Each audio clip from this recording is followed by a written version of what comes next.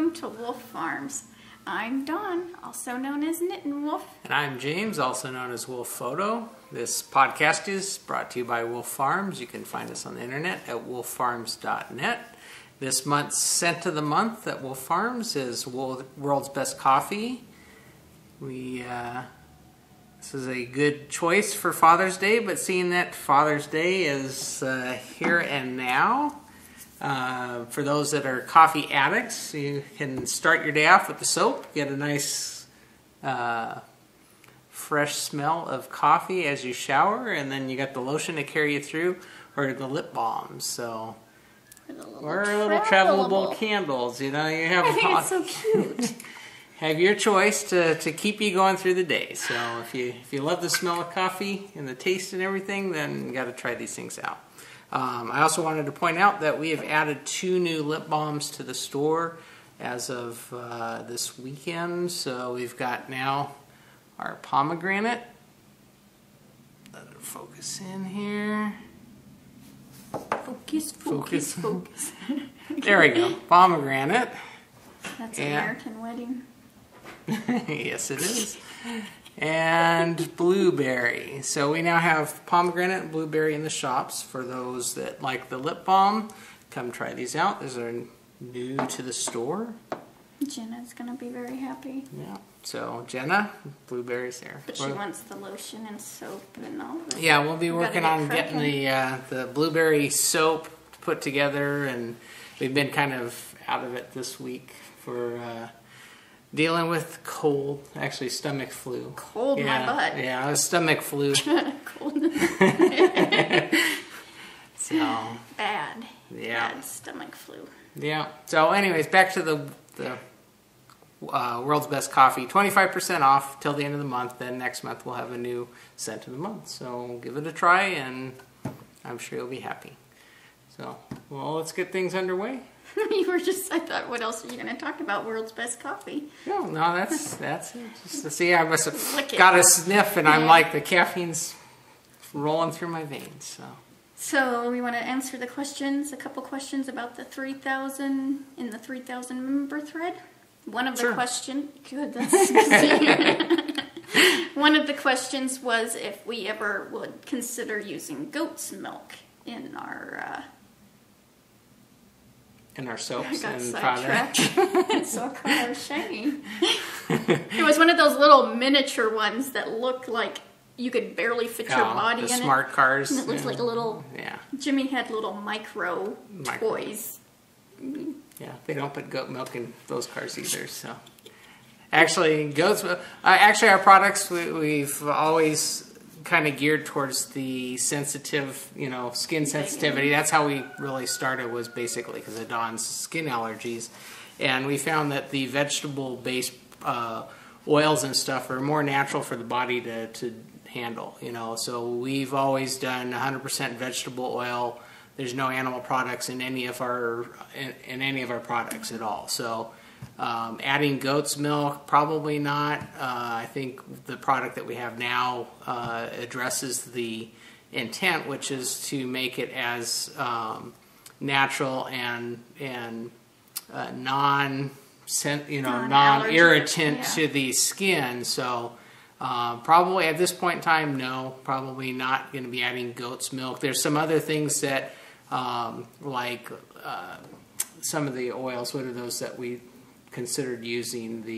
Jojoba and shea. Those actually are for those that are like that have latex allergies. The jojobas and stuff like that it would probably affect you. So yes, they will. It's a nut. They're both actually nuts. So if you're allergic to nuts, also, you need to stay away from those. So we try and keep it down to the most essential things. We don't put the dyes in there to make them look pretty, because we really, the more things you put in there, the more chances you have of putting something in that someone's going to have an allergy to. So we try and keep it as simple as possible, but give a product that, does what it needs to do. It cleans, smells good, and softens the skin, moisturizing, that sort of thing. So goat's milk, probably not. anytime in the near future. I know we did some jojoba for a while, but that was just as a test thing, and that we decided to back away from that. So we're just trying to stick with, you know, what we know is good for those that have sensitive skin. So. You're doing so good. I'm so out of it. We'll get to our week here after we get to farm happenings. Sit here and listen to you.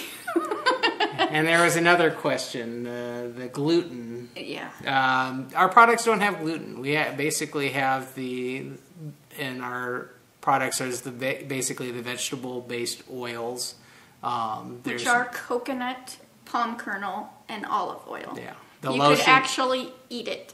Yeah, these are actually... Don't eat it, but you could. Yeah, the oils we use are actually food-grade oils. They actually buy it from the suppliers that supply to restaurants and that sort of thing. And these actually are candy manufacturers and that sort of areas that use these type of oils, but we actually use food-grade oils. These aren't the lower-grade, you know, leftovers from the oil production. You know, so these actually could be used in food. That's why we wanted to stay up at that level, because the quality of the product is better that way. Gluten, there's no gluten in those. Our lotions are made from sunflower seed oil. You know, so these we list the ingredients on the website so that you will know if you do have specific allergies, that you can look at that and know. Okay, if you know you've got an allergy to sunflower seeds or sunflower seed oil, then don't buy the product. You can always get a sample. We do have little sample sizes that you can get from the store. But, you know, it's better to be safe than sorry. You know, try a sample out. If it doesn't work, you know, then at least, you know. But. Well, the one thing that we do have is our oatmeal brown sugar, and that does have oatmeal. Yeah, that is the only one that wouldn't be gluten-free. Yeah, but that's listed in the ingredients. Yeah. So we do actually, for the oatmeal, we actually do ground up oatmeal in there because it is a good cleanser. But like I say, some people that have gluten issues, I don't know if people have extreme gluten issues where they actually having it on the skin would cause an issue. I think gluten a lot of times has to do with eating the gluten. But we do list it. So if you do have issues, we try and put that up for you. So you know. So don't eat the soap. Yeah, don't eat the soap. Sometimes it smells really good, but you shouldn't. I tried. Christmas Story, and sitting there with the. I love that movie. Yeah. But don't eat the soap. Don't eat the soap. So for our 3,000 member, we actually did our drawing. So we have some winners to go over. 10 winners. 10 winners. I'm like, wasn't it 10? It was 10. We talked about that. Yeah. So we did the random number generator. We had some bags, some patterns, some Wolf Farm gift certificates to go out. So. Yeah. I'll let Dawn start running down the list here. Okay, Susan Claudino, and I hope I'm saying your last name right. She's No Knit Sherlock on Ravelry. I'm so spaced today. This is the first I've been upright. Yeah. Fujian. Boy, it just got really quiet in here. It's kind of like when you're in school and the teacher snaps at you. Anyways, this is the Backwoods MIT pattern by Susan Claudino, No Knit Sherlock on Ravelry, and she was kind and generous and donated 3 of her patterns for this prize drawing. And the first number that the random number generator picked was number 161, and that was Sonoma Knits, Phyllis. She's a California girl. We gotta Congratulations. We gotta go see her at Stitches next year. Yeah. And then for number 2 of this pattern was number 8, which is Hot Pink Socks. And she's been doing a lot of praying for me lately. Stephanie from Kentucky. Congratulations. Yay. It's a really pretty pattern. And then number 11 is Whimsical Rain, and that's Adrian. She's from Washington. So yay, you guys. Congratulations. Some really awesome patterns. So contact me and I will let No Knit Sherlock know that you're the winners. Yay. Yay.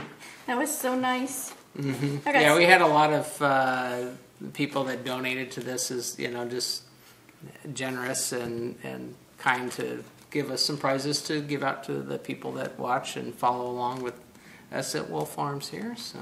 And then Susan from the Desert Vista Dye Works donated the, I cannot think today, I'm sorry. The Wolf Farm colorway. Say, how do you not know that one? That one you've been knitting with for forever. Yeah. And the winner of this was number 109, and it was really cool because I drew all the numbers and I just listed them down along to the prizes. Mm-hmm. So then I had to go back and figure out who's so I was like, oh.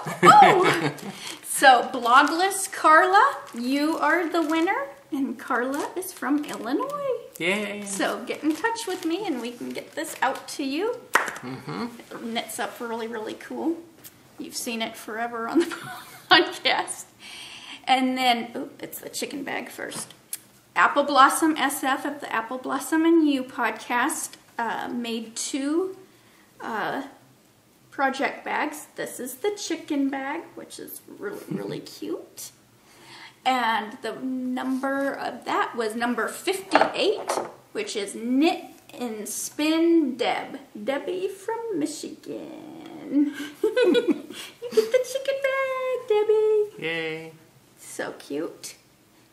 And then Apple Blossom also made a little yarn bag.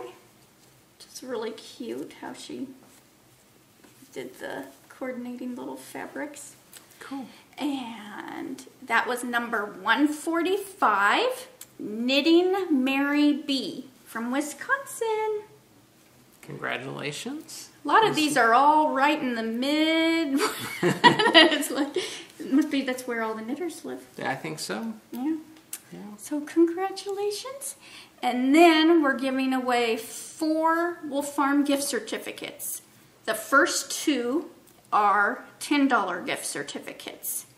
And the winners of those are number 107, which is Spun Too Tight. That's Ashley. Mm-hmm. Ashley from South Carolina.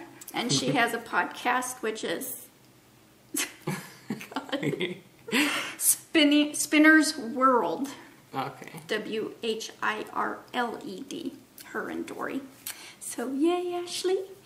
And then number 112 is Whisk Knitter, and that is Eileen from Wisconsin.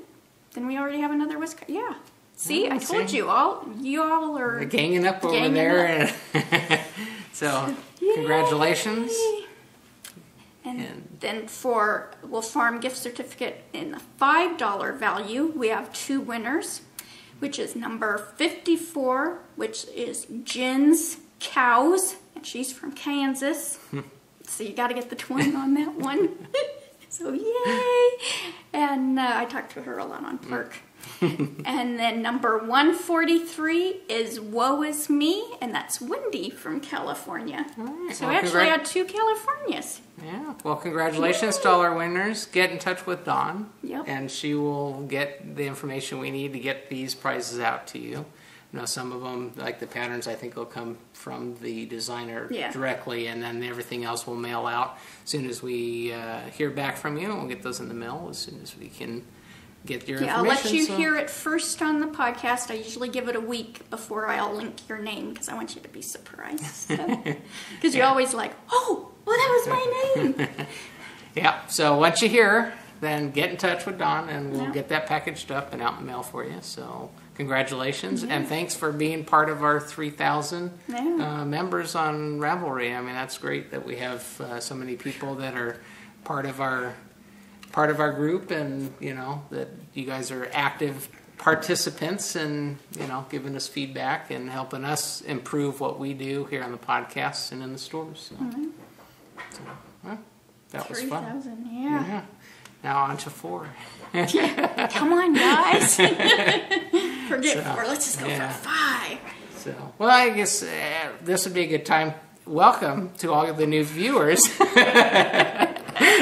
that are joining us, and returning viewers. Thanks for watching us. I mean, we try and we really should do that at the beginning. I was thinking that. I know, we never do. And we never do. We always catch at the end. So, but yeah, so welcome. If you're a new viewer, join our Ravelry group. You know, we have prizes, and you know, we have a lot of discussion and activity that goes on there. But you know, we welcome you to join the group, and that's also where our show notes are. Yeah. You know, if you're watching on iTunes or on the blog, our show notes are actually on the and Ravelry. So you can actually go there and get the links to a lot of stuff we talk about here, and that way you'll be able to find things easier when you're searching for any particular thing that we talk about. So, so go to Ravelry.com, look for Wolf Farms Group, and you'll see all of our stuff in the discussion boards. So, yeah, it's really fun.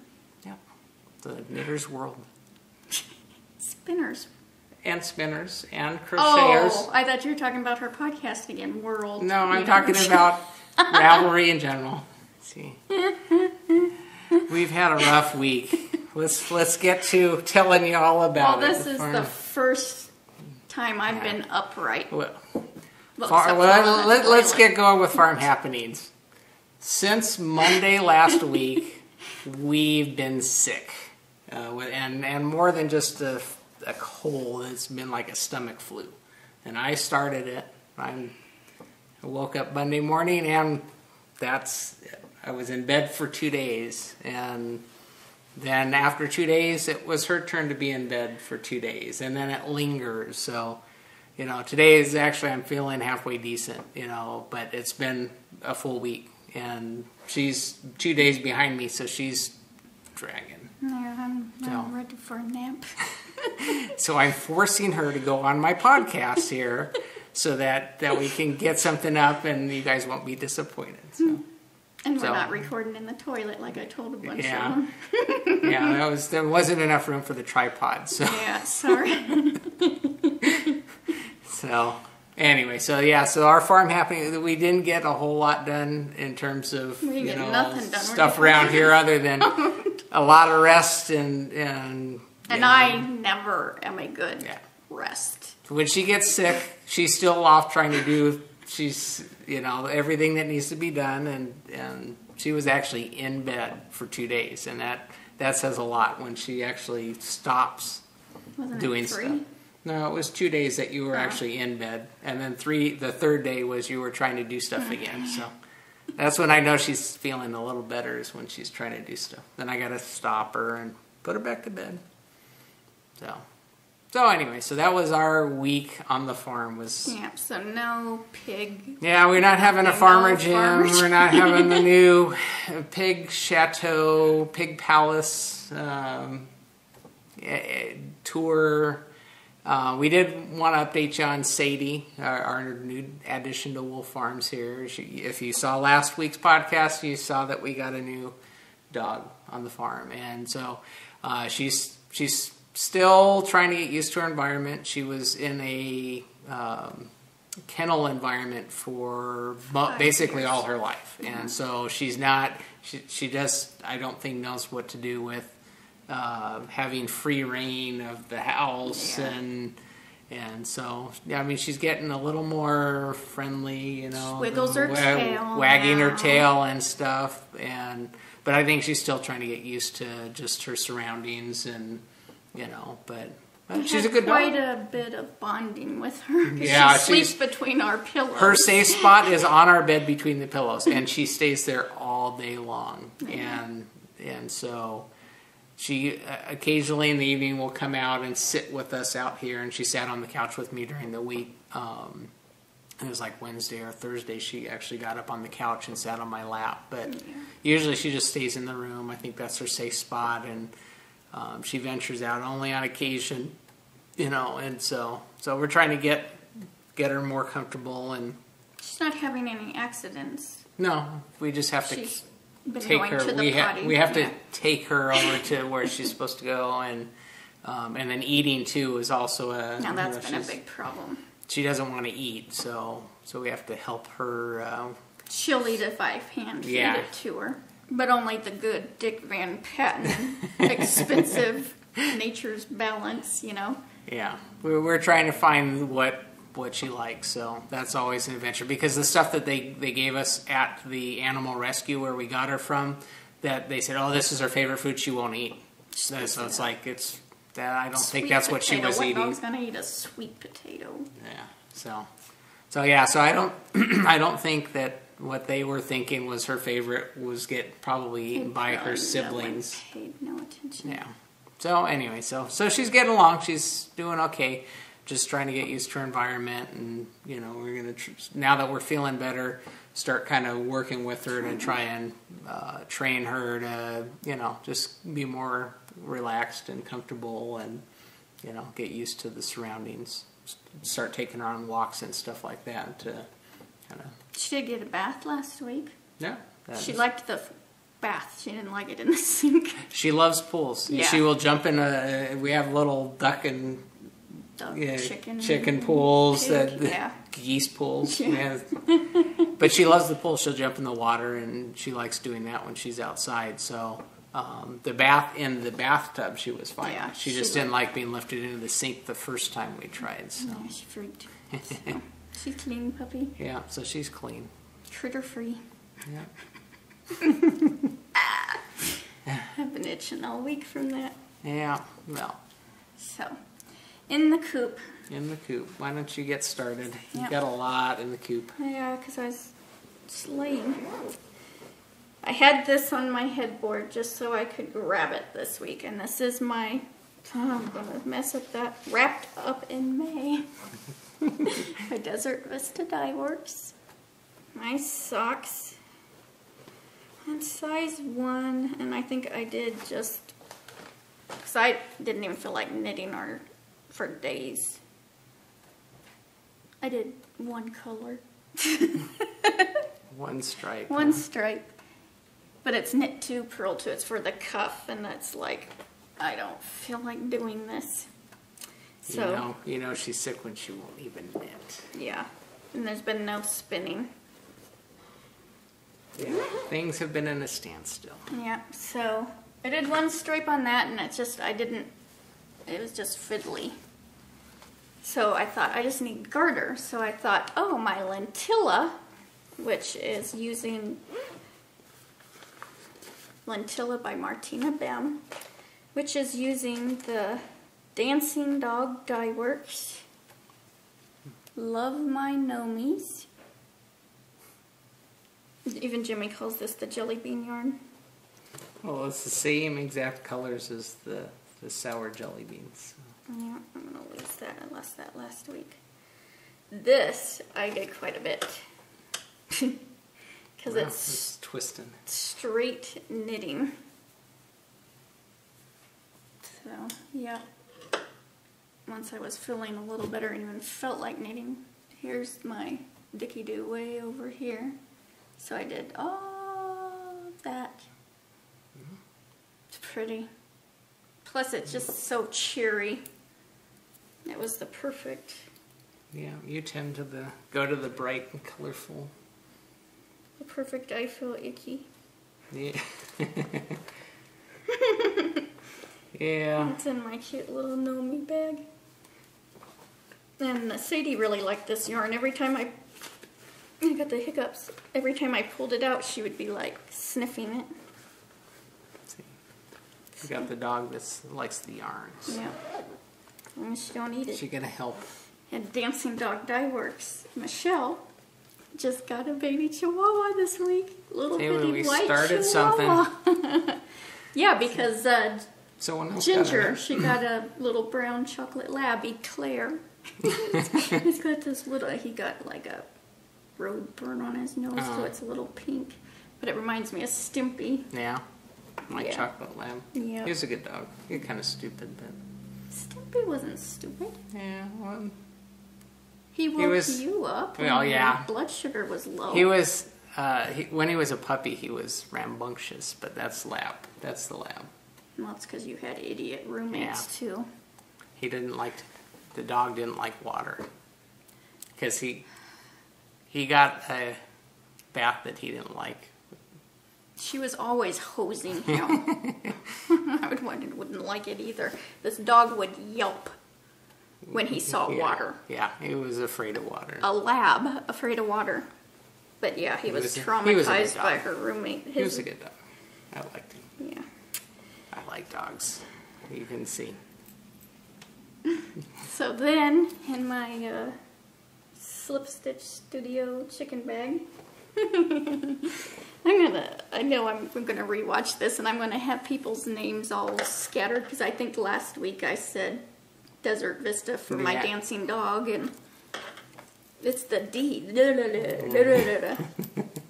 So this is our knit along, The Lady Edith by Carrie Steinmetz, Knit Pearl Girl, and this we're doing with Sock Bunny Knit and Fit podcast, Kimberly. And this is, I'm doing it with my Dream in Color Smooshy in the Happy Forest colorway on size 4s. And because I thought, you know, I really need to get started on this because it's our knit along. And this is for June and July, and it's really hard to... I think I have 7 repeats done.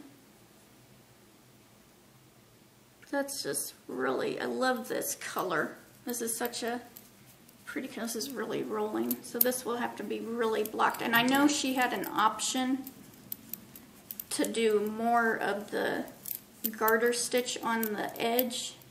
So if you don't like it to roll, because I'm sure even with blocking this, it's going to roll a little bit. But it's so pretty. These just make me laugh every time when I go like this. So until it's blocked out. It's the little baubles. See, I'm being good today. I'm not going to tell you what I really call them. So we'll leave it at that. We'll leave it at that. Use your imagination, kids. But yeah, it's really pretty. I think I'm doing this for my mama, either for her birthday in August or Christmas. I don't know. I haven't decided which one yet. Don't know. Looking at me weird. No, it's just gonna go in a drawer. Such a chipper podcast today. I'm really trying. Yeah, it's okay. So in my silver pumpkin bag, I worked on these two. See, I just pulled out a bunch of stuff this week. Because I thought, how cool would this be to get it done for Father's Day? Haha. I'm back to the knit 2, purl 2, knit 2, purl 2, and I'm like, no more. So this is my Wolf Photo Socks. Wolf Farm Socks? Wolf Photo Socks. It's you. Oh. I gotcha. You correct me every time. Because it's I know, it's color. the Wolf I'm thinking Farm the colorway, Desert Vista Dye Works. And she just got alpacas. So, finally got to the ribbing. I think I haven't... Oh, where's the dicky do? Oh, see, I've done quite a bit then on here. But I got about an inch of the ribbing. How much more ribbing do you got on that? I like about 3 inches at least. And then I'll need to do the heels. Do the heel. That's where you get a cut. Yeah. I'm getting kind of excited about it now. Gotta rescue those. So yeah, these are... life stitches. Because that'll create a bunch of life stitches, right, when you do it? Yeah, but you have your needles in first. Oh. And Limnit Crochet, Lauren has a... She's got one of them things where you can watch. Video. Thank you. So, yeah, once I do it. Yeah, that's okay. Cut it and you can always do it over again if you... No, you put your needle in first and then you snip and then it unravels. That'll work. Getting close to the snipping. Is that all I've been working on this week? Is that it? I think so. I'm looking at the table, not your notes. Look down. That'll tell you. I know, but my luck, I probably didn't bring it over here. What's in your coop? What's in my coop? Well, okay, well, I'm working on my next cloth. I'm working on, it's going to be for a photo demo thing, but it's basically going to be a square cloth. I'm going to felt it. So I'm using Knit Picks Wool of the Andes. Again, you guys see this every week, I know. On size 4 needles. And basically, there's my Dicky-Doo, and I've been sick and parked out. Granted, compared to what she does when she's not feeling well, this is not much, a lot but for you. But I actually had some time to do some knitting, so I'm actually made a lot of headway on that, and I'm actually getting close to where I'm going to wrap it up and finish off the edging, because this has an edging on it, and so I need to, once I get that wrapped up, I'm going to felt it and then block it out, let it dry, and then it's going to be, I want to use that for a photo segment, picking on the farm, to show what's possible with knitting and photography. So, but I got to get done with the knitting part first. So, but it is actually is coming along quite a bit, and now that I know what to do in terms of switching from a knit to a purl, I'm not gaining any extra stitches on there. So, or what are the yarn over it. Well, you know, when I've been counting every so often to make sure that I'm not growing it, so I got a little blemish on there, but that's part of learning. So blemish, I like that. I give a good spin, you know. So yeah, you were even saying, wonder what my next project's gonna be. Yeah, what are you gonna make me do next? I told him you can knit me a pair of socks. Well, I think it'd be interesting. I'd like to, now that I'm kind of getting the whole knit purl thing down, and you're saying my knitting's looking really good, you know, so. It has been from day one. It's just perfect stitches. Yeah, here, I gotta show, that is my stitches. So I tend to be a little tight on my thing, so I'm trying to loosen up a bit, because it's tough on the needles to get it to slide when I've got it wrapped around, and you know, so trying to relax a bit, you know, breathe a little when I'm knitting. So that's coming along, but I'd like to learn a pattern, you know, to actually do something that's more than just a flat thing. So we'll see. We'll see what's next in my coop, because I'm sure I'll wrap this up sometime. What do you mean a pattern? Something just... You talking like lace, or? You are the teacher. I am the student. The teacher needs to figure out, but more than just knit and purl. Well, this is the first time hearing this. That's why I'm... See, you guys are hearing it at the same time she is. So. No, I just want to try something that's more than just knit and purl, you know, to actually do yarn overs and make some sort of design. It'd be interesting, because my mind thinks how things are made together. If I learn the technique that's used to make the different patterns, then I could actually come up with my own patterns if I wanted to. So you guys can suggest in this thread on Ravelry what is Wolf Photo's next project. So yeah, so that'd be good. Yeah, because I was thinking a hat, but no more loincloths. Huh? No more loincloths. So, anyways, but it's coming along. This should fly the coop this week, and then I'll get in the process of actually felting it. I'll probably just do it once, because I don't want this to shrink too much. I just want a tight fabric for doing the photo demo. I just need something that's going to show as much detail as possible. So I think this will be a good starting point. Felting it will give it, it'll, kind of tie it all together and go from there. So that'll be out of the coop this week. Okay. Well, last week or one of the weeks. I don't know when I mentioned it. Someone had mentioned also doing like a whole trunk show. shawl trunk show. But then, you know, we even got the suggestion, oh, if you even showed a couple, because I got a lot of shawls, and I've given a lot of shawls even away, but I got enough to show you for quite a while. And so I thought I would show 3 today, and why I'm showing 3 is because it's the same designer. And the designer's name is Chrissy Pring, and her name is Ravelry name is Left Side Knits, and she has a Left Side Knits group too on Ravelry, and she's my favorite and designer, and I think all her patterns. I haven't knit them all, but I have them all. And I've done test knitting for her too. So, and when she gives you the test knit, I mean, it's like getting the finished thing. I mean, very minimal issues that come up. Yeah, maybe spelling, if that. You know, I mean, phenomenal. And they're written and they're graphed. So if, you know, whichever way you prefer, they're done that way. And a lot of times she will have like a specials too, like, oh, buy 2 for, you know, 6 or whatever. So if you keep an eye out too, she'll have specials. So this one is the,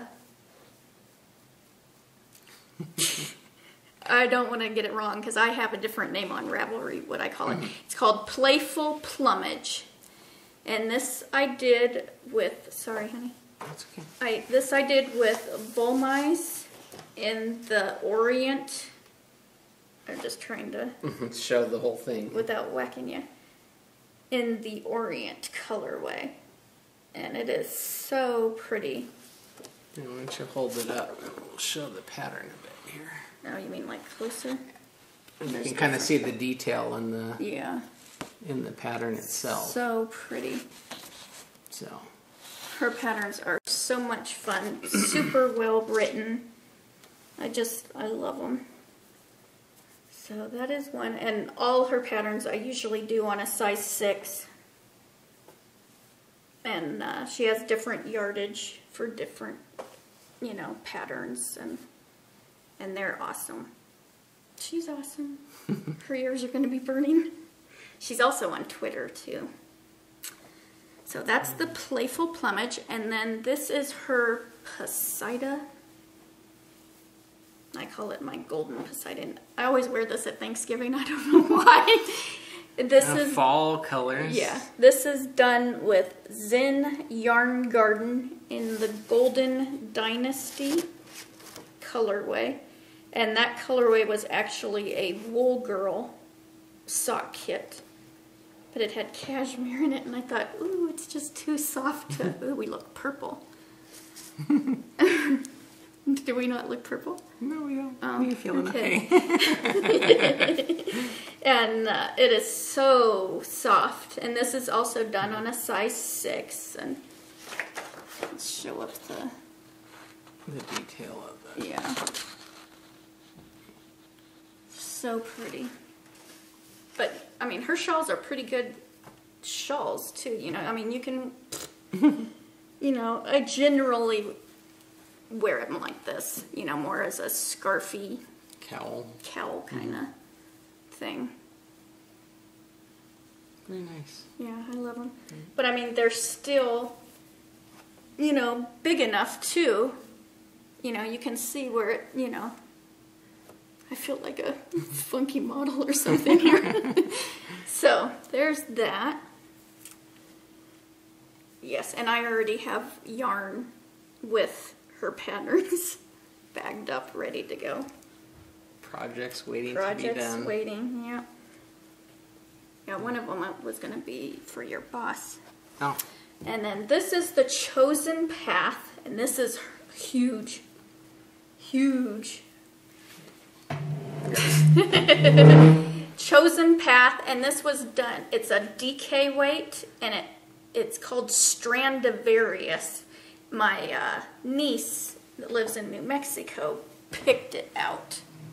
I think they picked it out in Taos. See, I can't even, even back this away. This is, what, 4 feet? For your size, gauge how big this thing is. Yeah, this goes past my knees. It's on my shoulders here. It is past my knees. But it's the perfect, you know, on the couch, snuggly up. And it's, you know, I think this pattern was this was another test knit, so I can't really remember. It was written where you could, it had something different where the stockinette is. So I remember there was a couple different ways you could do this. So you could vary up. The pattern comes with a couple options that would change. But I was so excited to find a pattern too that, you know, because this is very special yarn, you know, because she was only 4 at the time when she picked it out. She does good picking me yarn. She's one I knit a lot for. So you can see the edge. It's so pretty. This is one of my favorite ones. Well, yeah. And if you're wondering why it has this little dent here, it's because that's where I stick it over my chair. My Our chair has these little the knobs on there. Knobs. And once I saw that happening, that's when I started folding them differently on the obviously, I haven't reblocked this one yet. Because it's just, I mean, see, you can, it's still so huge, I can't even get it in the... Yeah, I think you use all your blocking mats to... Yeah, this took up the whole living room. I have the dimensions on my project page because I always give her the dimensions, you know, how much yarn you use, how much, losing my voice, you know, how the wingspan, and that was a test knit, right? Yeah, I know they all were. Had some issues with test knitting for, you know, where things aren't... Not on her designs. No, not on hers, but her... I never worry about test knitting her stuff. You know, she usually gives, you know, a lengthy amount of time, too, that you can get it done. And she's just awesome. So, yeah, it's fun to do that. Yeah. So, that's a little shawl... Trunky thingy for you. One drawer of the trunk. It's a big trunk. Yeah, it's a big, huge container. So...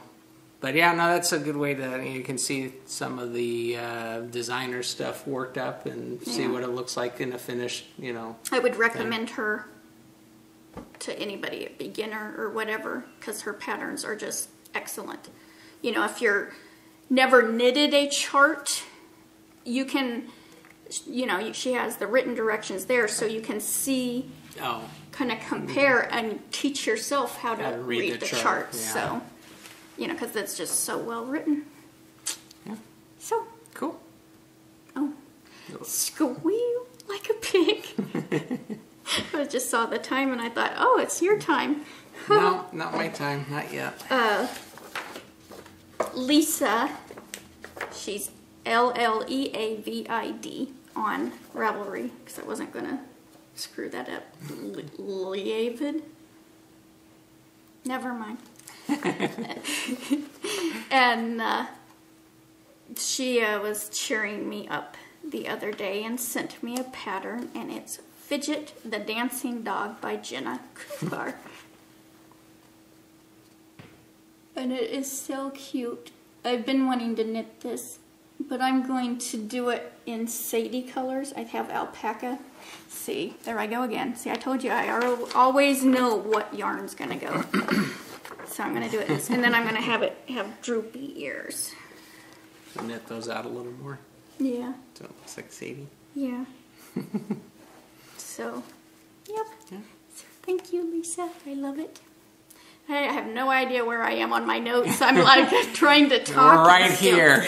Yeah. And for those of you that are watching, we have notes up here. So this is so we don't get too lost. You see us ramble on and on. And then Carrie... Kagi-TM of the High Fiber Diet came to my rescue this week because you all know I'm knitting the Hugo. Your podcast button bear. My podcast button, yeah. And thing's huge, and so I ran out of yarn, so she came to my rescue.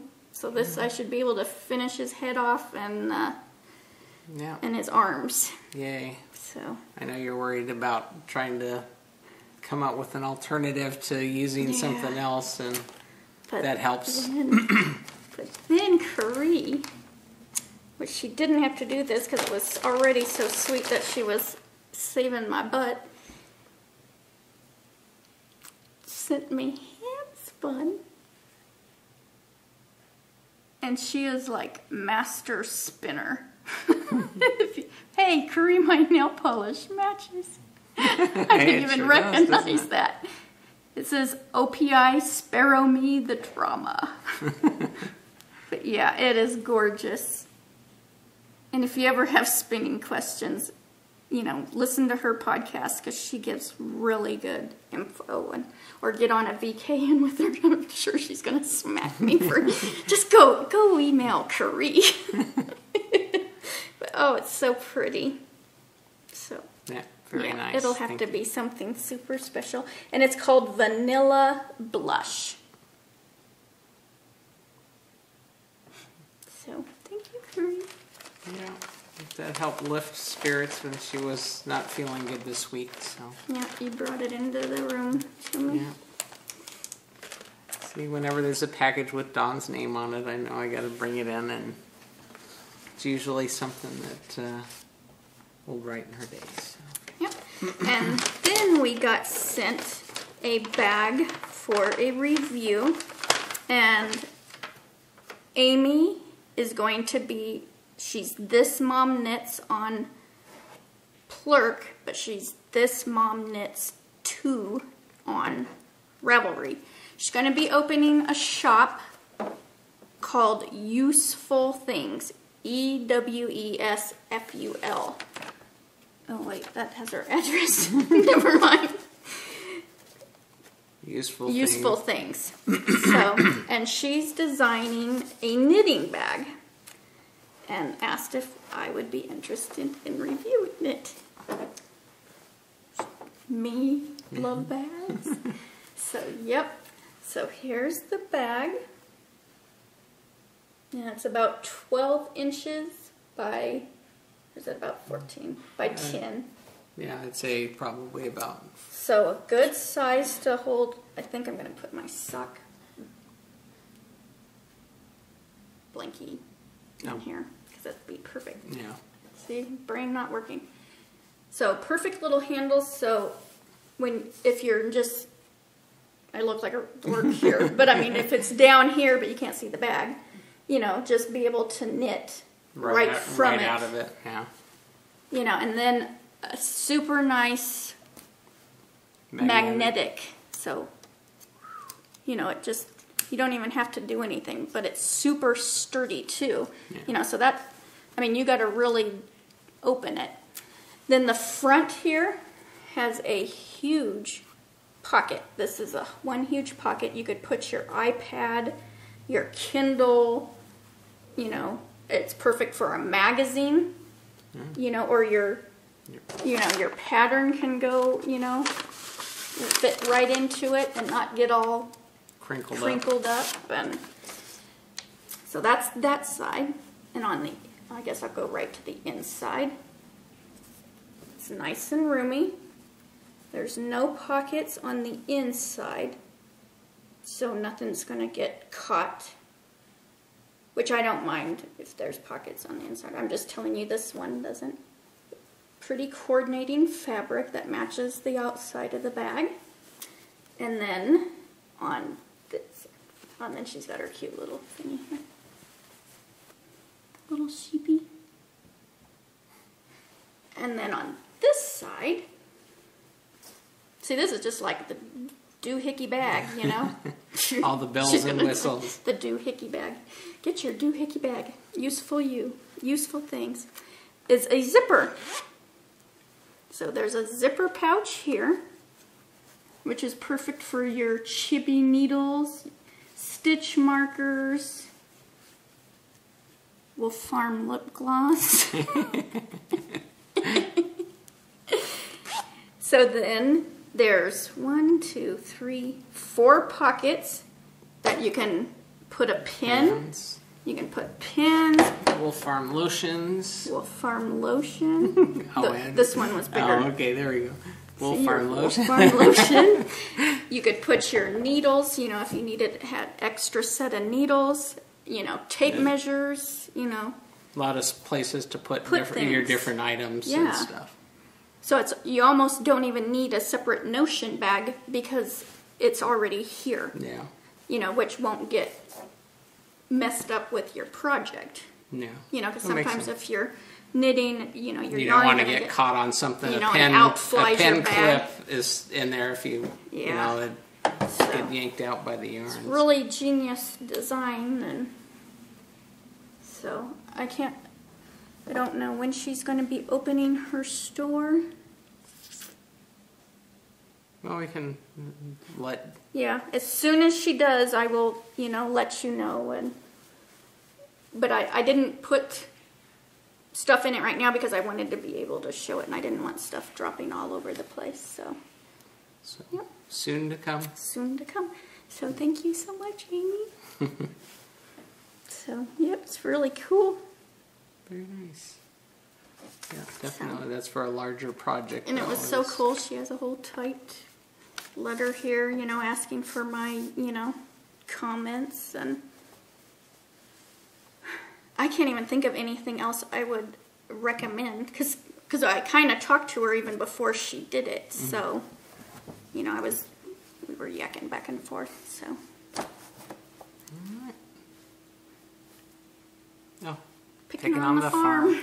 Okay, well, I thought this week I would kind of address some photography basics, deal with the composition. I know that there's some rules or guidelines that are out there that help to improve your photography if you keep these in the back of your mind as you're taking pictures.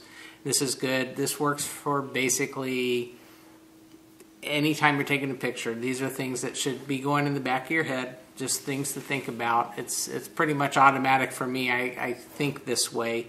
But I want to talk about you may have heard the term rule of thirds. And basically what this is it takes your viewing, what you're viewing in the camera, and it helps you compose your pictures more dynamically. There's nothing more, I guess, static than putting the subject dead center in the picture frame, and sorry, dead center in the picture frame. And so they one of the things that they did, they actually did a study to see where people actually look when they're viewing a picture, and the eyes tend to go and look kind of around the image from one side to the other. They don't actually look to the center. It's more natural for us to look kind of around. And the rule of thirds basically is it breaks the viewing viewing image, what you're taking a picture of, into thirds. So you have, you know, 2 horizontal lines breaking up the image into 3 separate sections and 2 vertical lines. And so what happens is you have 4 intersecting points, the crosses here, in the rule of thirds. And what the rule basically tells you, they say rule, but it's really a guideline. You know, there's no real rules in photography, but what they're saying is that try and put the points of interest in your picture on those points, or keep them lined up with those lines, because it makes the image more dynamic. It makes the mind, as the viewer's looking at it, more interact with the picture, because your eye tends to go to those points first when you're looking at an image. And so I have a couple examples of what some pictures that I've taken and show kind of where the rule of thirds comes into play in them. I have when we did the Yarn Crawl LA, I grabbed one of those pictures because my mind, I'm always doing this. my mind's always thinking, okay, rule of thirds. So I always try and place things there. So one of the pictures was in a shop, and I wanted to show you an overlay of how the rule of thirds comes into play when you're looking at this picture, because the points of interest actually fall on those points. And I do it more naturally, but maybe the beginning photographer doesn't really consider the composition as a whole yet. And so I wanted to point this out, so you start thinking, okay, where can I better place this?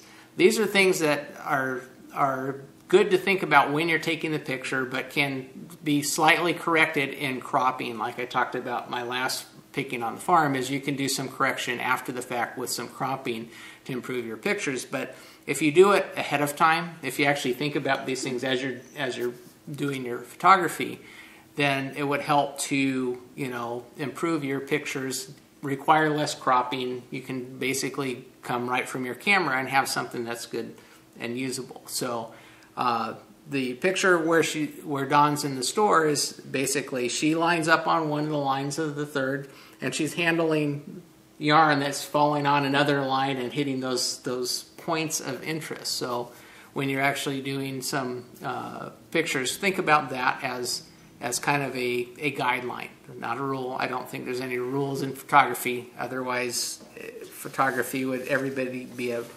expert. Another picture I have is a portrait I did with Dawn and Jimmy. It's actually to emphasize the cowl that Dawn is wearing. This was actually a test knit that Dawn had done, and we did a photo shoot for the designer to show it. But this actually shows the rule of thirds. Dawn, Fuji, and the cowl all hit the three of the 4 points. This picture here also, there's in composition, there's also asymmetrical composition that's going on here as well. This is a triangle. A lot of three-way things. I'm gonna lose you, but basically you have a major subject and a minor subject. So Dawn becomes the major subject here, and then the smaller Fuji becomes the minor subject. The cowl is secondary for the purposes of a portrait, and this probably wouldn't be a good picture to actually show the full cowl. We have other pictures that actually did that where Fuji wasn't in it. But because I was doing the photo shoot and Fuji likes to be on the camera, we picked her up and did some pictures there. But the kind of, you can see with the overlay of the rule of thirds, kind of how it makes the image more dynamic than just sitting someone and making it look like a mugshot, you know, portraits. And, yeah. So just those things work. This works for you know, basically landscape as well. You know, think about laying out the points of interest in a landscape picture, you know, and kind of that rule of thirds. It makes the images more dynamic. So you do it for product photography if you have enough products, you know, things in your product image. Product photography gets a little more complicated, because if you have a picture of just one thing, and that is the product that you're needing to take a picture of, it looks a little odd to stick it off to the right or stick it off to the left, because product photography, you're trying to sell it. It's hard to be artsy with product photography, but things to think about are you have one product, stick it dead center. You know, it's pretty apparent to the person that's considering buying it what they're getting. The more stuff you throw in to make it artsy, the more, you know, you got to make sure that they understand that they're not getting the extra stuff. And so one thing that you can do in terms of making it more dynamic, following in lines with rules of thirds, is to actually inset detail pictures of what you're selling. And so I'm showing, as an example, Dawn's hand-spun yarn. You know, if you have a picture just of the hand-spun yarn, which is basically what we have on the website, is, oh, okay, I have other pictures that show detail. But if you're trying to get it all into one picture for Etsy or whatever, what you can do is you can take your picture of what you're selling and kind of set it off to the side on one of the rule of third lines, and then take some details and inset those over to the, you know, the other side on your rule of third points of interest, it makes it look more dynamic. Think of advertising. Advertising does this all the time. They will inset pictures, and there's no rules that say you can't do this. So if you're actually selling in Etsy or whatever, you can actually inset pictures of details all in the picture, and it makes it more dynamic. So I've done up a little example of Dawn's handspun yarn, and it looks like an ad, you know. That's what I was thinking. I'm like, ooh. But there's nothing wrong with doing that. These are things that it makes it more interesting, and it draws people's attention and brings them in. And that, I think, would help. Things to consider if you're selling, you know, there's nothing wrong with doing that. So anyway, so that pretty much is my picking on the farm segment for now. You know, the rule of thirds, things to think about that, you know, just consider those things that's how the mind, when someone looks at the picture, they tend to go to those points first. It's just a natural, you know, thing. And so if you put it dead center, the mind doesn't like that. And that's why it's very static. It doesn't flow very well. So you really see them little boxes in your head when you're looking at things? I place things on those. Actually, some of the digital cameras have where on the viewfinder you can actually turn on a roll of third grid. Thing is? Yeah. See, you guys probably have seen it, didn't know what it's for. That is for the roll of thirds. Get it off too. You screw up and push it. Yeah, so if you have a camera and you've always wondered why it gives you these lines that break it up into that's the rule of thirds. They do that because it's been this rule or guideline has been around for a long time. It's a real thing. I'm just not making it up. If it's on your digital camera, you know I'm not lying to you. So. But you can actually turn this on in your viewfinder on the digital cameras, so you can actually it'll help you position things. And so that may be something you want to play with if your camera has that option. Now with the older film cameras, actually you can get custom viewfinders that actually have those lines engraved in them as well. But when I look at a scene, I'm placing things, but I've been doing photography for 30 years or whatever, so I always think that way. But these are things that you may not have heard about, or you may have heard about and not understood what they're really talking. Rule of thirds? I have to take 3 pictures for every one? No, this is placement and composition. So give that a try. Hopefully it helps you improve your pictures. Got some other compositional things that I'll probably be doing on future picking on the farm, you know, segments, but things to, you know, consider when you're taking a picture. It surprised me sometimes. I am just full of mystery, a man of mystery here. So. I bet you're pulling my leg there for a while. You're funny. So let's round this up. Yeah, so. That's it. Bye. What, the duck? No, I'm not doing that. So I said we're rounding up. Oh, we're rounding it up. Oh, I guess we are running a little late. So. And just want to thank you for watching. Thank you. Happy Father's Day to all the fathers out there, although this is going to be tomorrow, so it's going to be past. But anyways. Thank you. Thank you. Yeah, happy Father's Day. Thanks. And I also put a hatch in it. I think I mentioned it last week, so go put any of your finished objects in there for a prize at the end of June, and there goes my voice. All right. Buttons in the store? You want to cover that? I don't have them right here. You can get a free video, Wolf Farm video podcast button with paid order from Wolf Farm. Just make a comment in the comment section during checkout that you'd like one, and we'll be happy to send one of those along for you free. And I think that about does it. So there you go again, doing the whole sew thing. I'm sorry, I'll let you. So until next time, let's get cracking. And hatch a knit. Bye, y'all.